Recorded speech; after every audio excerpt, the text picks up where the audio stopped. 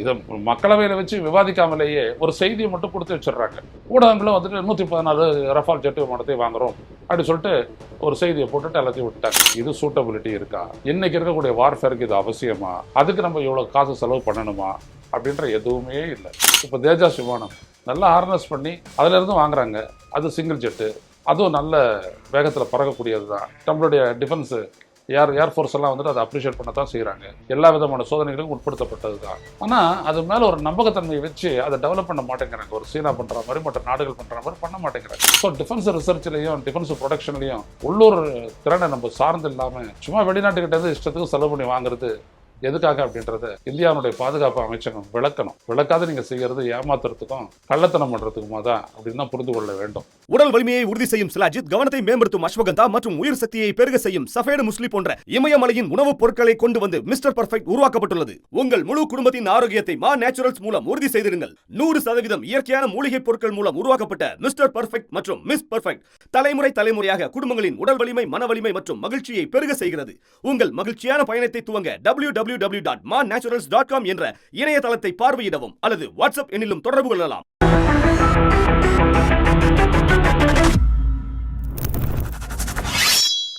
வணக்கம் தோழர்களே, ரோசா செய்தியின் வாயிலாக இன்று மீண்டும் உங்களை சந்திப்பதில் பெருமகிழ்ச்சி அடைகின்றேன். ஒரு மாபெரும் இராணுவ தளவாட உத்தரவுக்கு இந்தியா கையெழுத்திட போகிறது. பிரான்ஸ் நாட்டினுடைய அதிபர் இமானுவல் மேக்ரான் டெல்லிக்கு வரும்பொழுது அவர் முன்னிலையில் 3,25,000 கோடி மதிப்புடைய 114 ரஃபால் போர் விமானங்களை வாங்குவதற்கான ஒப்பந்தம் கையெழுத்தாக இருக்கிறது. இதற்கு இந்தியாவினுடைய பாதுகாப்பு தளவாட வாங்குதல் அமைப்பு டிஃபென்ஸ் அக்விசிஷன் கமிட்டி அது வந்துட்டு அப்ரூவல் கொடுத்திருக்கிறது, அனுமதி கொடுத்திருக்கிறது. எனவே இதற்கு மேல் எந்த தடையும் இல்லை, வாங்கத்தான் போகிறார்கள். ஆனால் ஒரு விமானம் என்ன விலைக்கு அது வரப்போகிறது என்று நாம் கணக்கு போட்டு பார்த்தால் சற்றப்ப 2,600 to 2,800 கோடி ரூபாய்க்கு அது வருகிறது. ஏற்கனவே இந்திய விமானப்படைக்கு 36 ரஃபால் விமானங்களை வாங்கினோம். அது 1,600 கோடி ரூபாய்க்கு வாங்கப்பட்டது. அப்பொழுதே அந்த விமானத்தினுடைய விலை 680 முதல் 590 கோடி வரை தான் இருந்துச்சு. ஆனால் அதுக்கும் மேலே ஒரு 1000 கோடி போட்டு வாங்கினாங்க. உச்சநீதிமன்றம் வரைக்கும் வழக்கு தொடர்ந்து எதனாலன்னு கேட்டோம். அது வந்துட்டு தேச பாதுகாப்பு தொடர்புடையது, அதை பற்றி எதையும் சொல்ல முடியாது அப்படின்ட்டு இந்திய ஒன்றிய அரசு சொல்லிச்சு.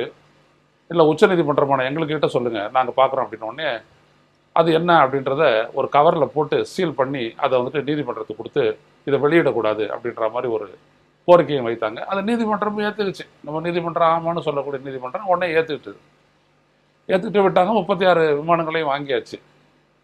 அதுக்கப்புறம் இன்னும் ஒரு 63,000 கோடி செலவில் வந்துட்டு மேலும் ஒரு 26 விமானங்கள் வெர்ஷன் அப்படின்ட்டு இந்திய கப்பற்படைக்கு வாங்கியிருக்காங்க. அது பார்த்திங்கன்னா ஒரு விமானமும் சற்றப்ப 2,500 கோடி ரூபாய் அந்த அளவுக்கு வருது. ஒரு விமானம் 2,500 கோடி ரூபாய் அளவிற்கு வருகிறது. இப்பொழுது இவர்கள் வாங்க திட்டமிடப்பட்டுள்ள அந்த இதை நீங்கள் பார்த்தீங்க அப்படின்னா கிட்டத்தட்ட 2,800 கோடி வரைக்கும் வருது ஒரு விமானம். இந்த அளவிற்கு செலவு பண்ணி இந்த விமானங்களை வாங்குவதற்கான அடிப்படை என்ன என்பதை பற்றி இந்திய மக்களுக்கு எதுவும் தெரிவிக்கப்படலை. இந்த மாதிரி ஒரு டிஃபென்ஸ் அக்விசிஷன் இது ஒன்று இருக்குது, திட்டம் ஒன்று இருக்குது, இமானுவல் மேக்ரான் வரும்பொழுது அந்த ஒப்பந்தம் கையெழுத்தாகும், அவ்வளோதான் நம்மளுக்கு சொல்லப்பட்டது. ஸோ அவங்க வந்து சொல்லிட்ட உடனே தான் எதற்காக இத்தனை கோடியை நம்ம கொட்டி அடறோம் அப்படின்றது அப்போ தான் தெரியும். ஒரு நாட்டையும் ஒரு பெரிய கார்ப்பரேட் நிறுவனத்தையும் வாழ வைக்கக்கூடிய அளவிற்கு ஒரு ஏழை நாடான இந்தியா, வளர்ந்து வரக்கூடிய ஒரு பொருளாதாரமான இந்தியா செலவு செய்கிறது. எந்த அளவிற்கு செலவு செய்கிறான்னு பாருங்கள். 3,25,000 கோடி செலவு பண்ணுறாங்க.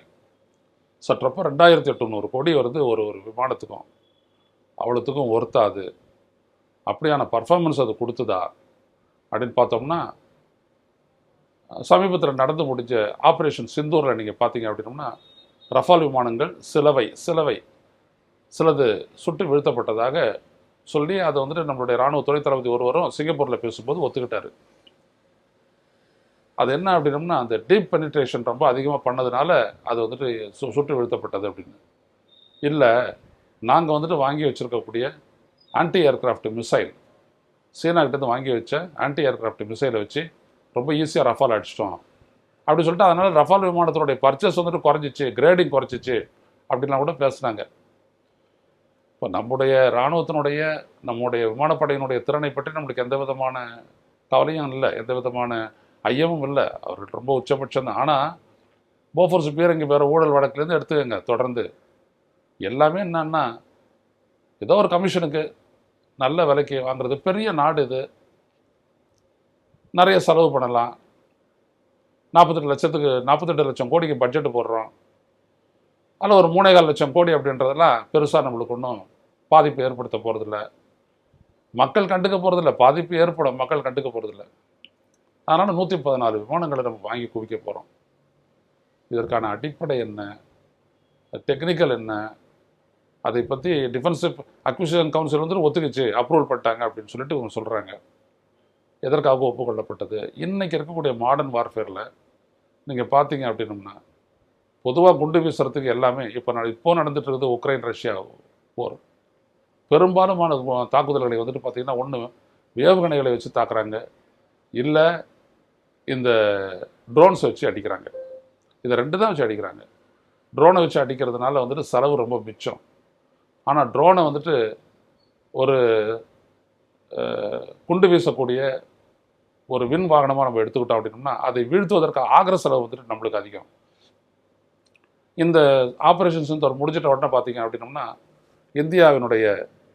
இந்திய ஒன்றிய அரசு வந்துட்டு defence research and development organisation DRDO கிட்ட சொல்லி நிறைய ட்ரோன்ஸை பண்ணி கொடுங்க அப்படின்னு சொல்லி கேட்டிருக்கு.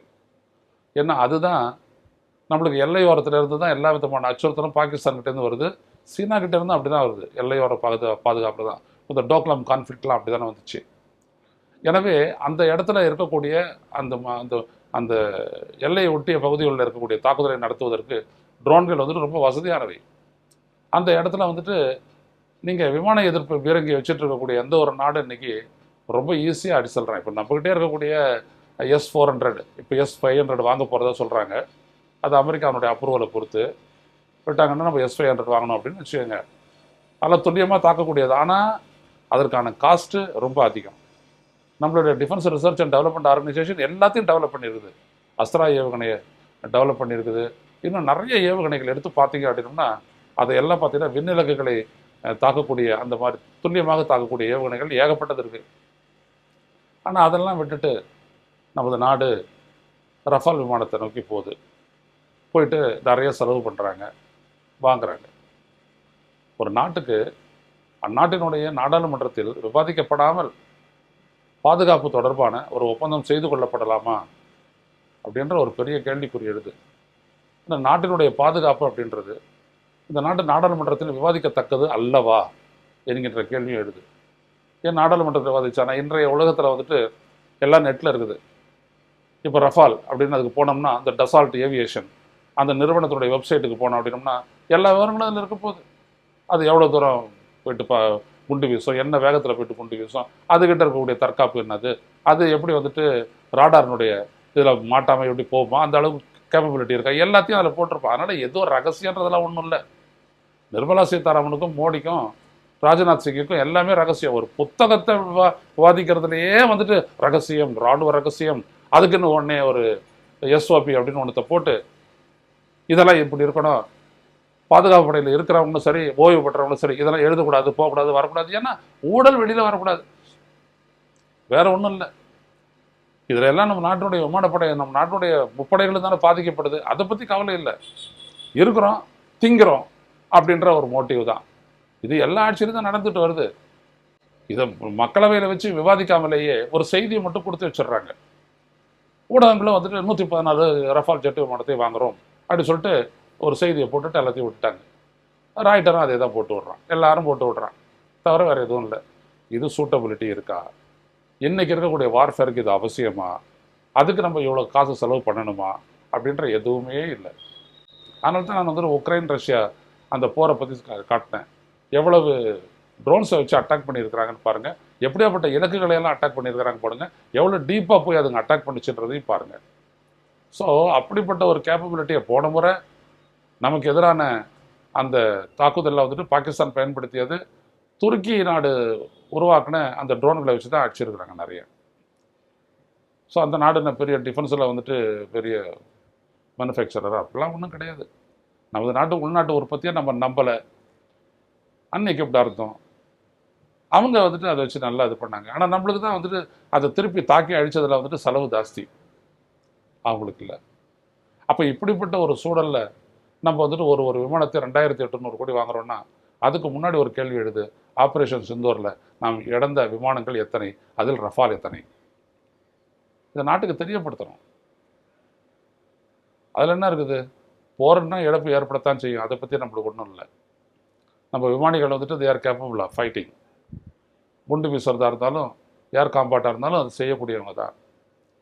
அவ்வாறு இருக்க உண்மையை சொல்லணும்ல, உண்மையை சொல்லாமலேயே மறைச்சு அடுத்தபடியாக ஒரு டீலுக்கு போகிறதுக்கு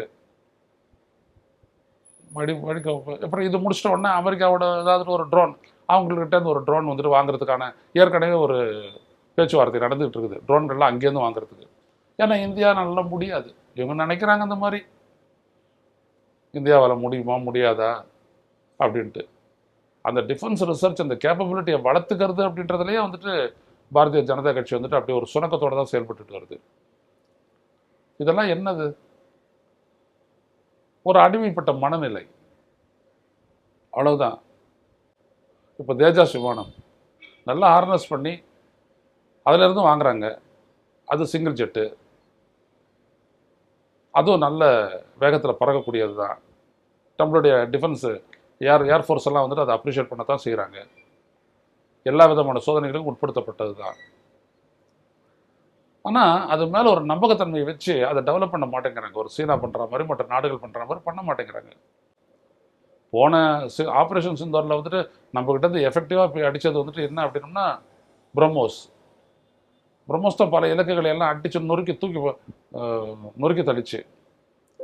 ஸோ பிரம்மோஸினுடைய அந்த உற்பத்தியை வந்துட்டு நம்ம பெருக்கணும்னாலே நம்ம போதும், நிறைய விஷயங்களை நம்ம பண்ணலாம். ஏற்கனவே விண்ணிலக்குகளை தாக்கக்கூடிய அஸ்த்ரா மிகப்பெரிய அளவுக்கு பணியாற்றிருக்கிறது, அதெல்லாம் வந்துட்டு நம்ம டெவலப் பண்ணணும். ஸோ டிஃபென்ஸ் ரிசர்ச்லேயும் டிஃபென்ஸ் ப்ரொடக்ஷன்லேயும் உள்ளூர் திறனை நம்ம சார்ந்து இல்லாமல் சும்மா வெளிநாட்டுக்கிட்டேருந்து இஷ்டத்துக்கு செலவு பண்ணி வாங்குறது எதுக்காக அப்படின்றத இந்தியாவுடைய பாதுகாப்பு அமைச்சகம் விளக்கணும். விளக்காத நீங்கள் செய்கிறது ஏமாத்துறதுக்கும் கள்ளத்தனம் பண்ணுறதுக்குமா தான் அப்படின்னு தான் புரிந்து கொள்ள வேண்டும். அப்படியாப்பட்ட ஒரு நல்லதாக நிலவுது. எனவே இதை விளக்குறாங்களா மோடி அரசு, இல்லை ஏற்கனவே 36 ரஃபால் விமானம் வாங்கினது போல தட்டி கழிச்சு எல்லாத்தையும் மறைக்கிறாங்களா அப்படின்றத பொறுத்திருந்து பார்ப்போம். மீண்டும் சந்திப்போம் தொடர்களை. நன்றி, வணக்கம். ஊடகம் கார்ப்பரேட் அரசியல்வாதிகளின் கைப்பாவையாக அடிமைகளாக இருந்தது போதும், இனி சாட்டை எடுத்து சுழற்றும் நேரம் வந்துவிட்டது. ஊடகம் பொதுமக்களாகிய உங்களுக்காக, உங்களாலேயே இயக்கப்பட வேண்டும்.